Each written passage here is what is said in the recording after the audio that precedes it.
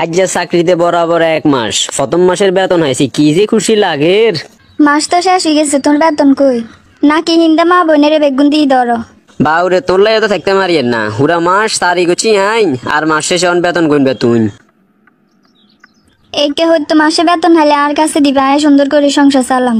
এমন ভাবে হিসাব নিকেশ করে খরচ করবে যেন সংসারে কোনো টাইমে অভাব নয়।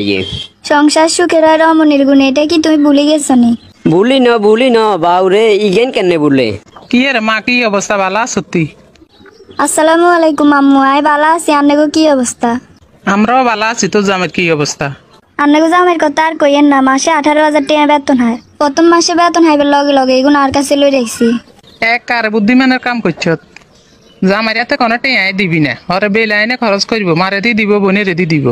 চিন্তা করি না, আন্নাগো সংসারও আয় চালাম, ইয়েন্তুন হইতো মাসে 5,000 করে আন্নাগুলো হারাই দিম, আর বাকি গুণ আয় খরচ করুম। জামাই অফিসে যাইতে গাড়ি ভাড়া গুণতি হিসাব করে দিস, বেশি দিলে বেশি খরচ করিয়ে লাগবো।